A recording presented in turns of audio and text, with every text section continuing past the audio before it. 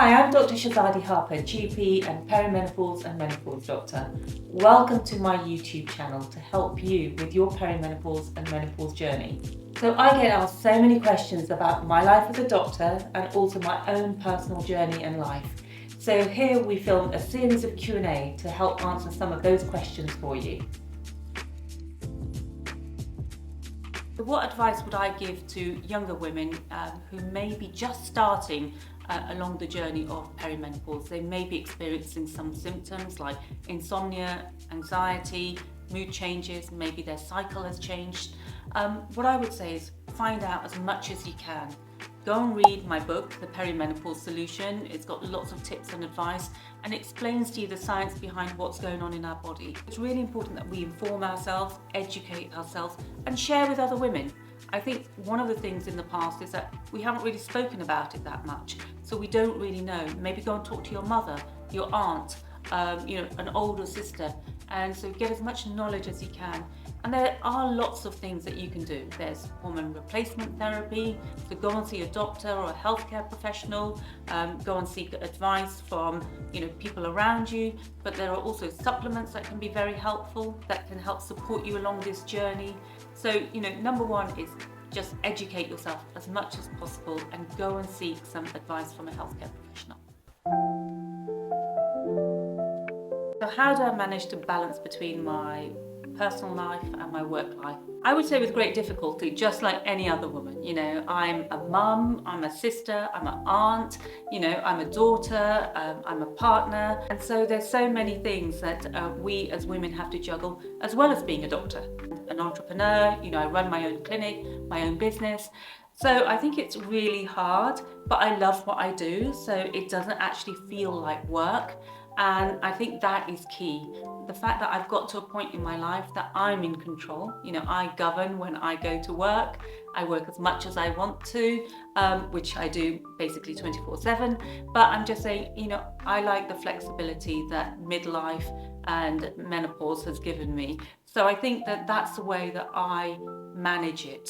And sometimes I don't, my closet is messy, my bedroom can be messy, I also enjoy cooking and things like that. So that's kind of, I would say, my outlet mainly is sort of cooking, prepping food, going for walks with my dog Dexter, and I just really am finding that actually, for me, midlife is the best time of life for me. So I can't really complain.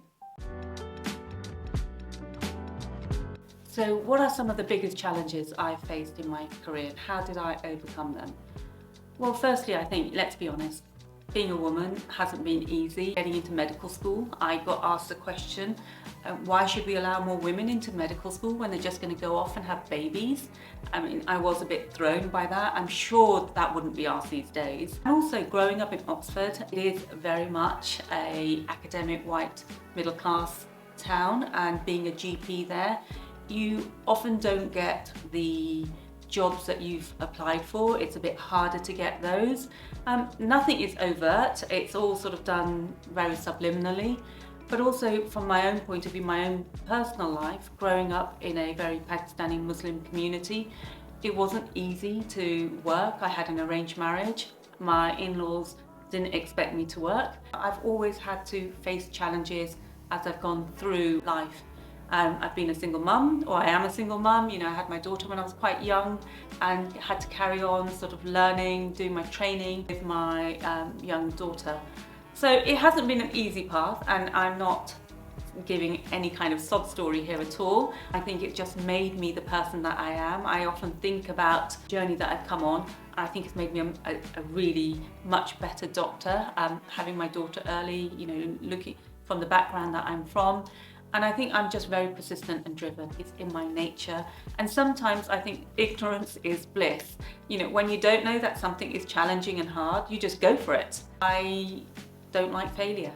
So I'm just very much driven and I just go for it. What do I enjoy doing in my free time when I'm not working? Cooking and baking are things that I quite enjoy. But I do love to get dressed up and put on a pair of heels, a dress, go out and party and go out for lovely dinners.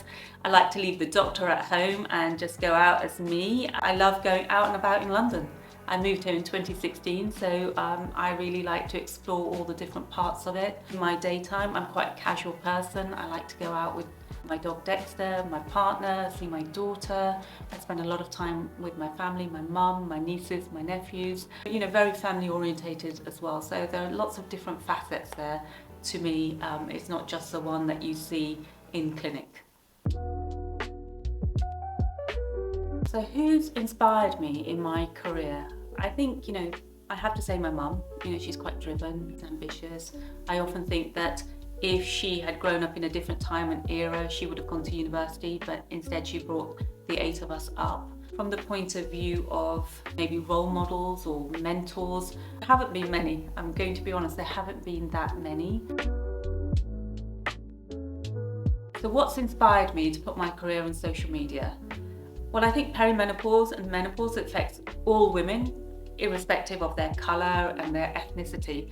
And I really felt that the menopause world out there was quite white, middle class. So I wanted to bring a bit of diversity to it. I wanted to bring a bit of spice to it. And being a person of colour, coming from a very humble background, my father was a bus driver, I really wanted to show women around the world, teach them about menopause and perimenopause, and maybe show them somebody a bit more like them.